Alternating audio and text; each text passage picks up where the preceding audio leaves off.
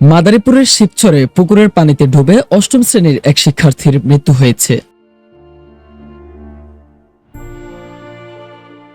শুক্রবার দুপুরে শিবচর পৌরসভার গুয়াতলা এলাকায় এ দুর্ঘটনা ঘটে। নিহত জাহিদ হোসেন এলাকার জাহাঙ্গীর হোসেনের ছেলে।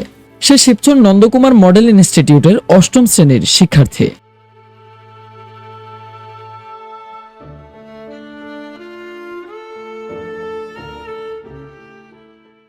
পারিবারিক সূত্রে জানা যায়, শুক্রবার দুপুরে সরকারি বরহামগঞ্জ কলেজ সংলগ্ন পুকুরে জাহিদ তার বন্ধুদের সঙ্গে গোসল করতে নামে, কিন্তু সাঁতার না জানায় এক পর্যায়ে সে গভীর পানিতে তলিয়ে যায়।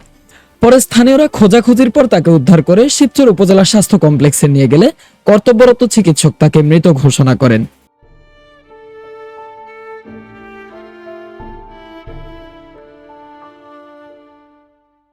এ ঘটনায় এলাকায় শোকের ছায়া নেমে এসেছে।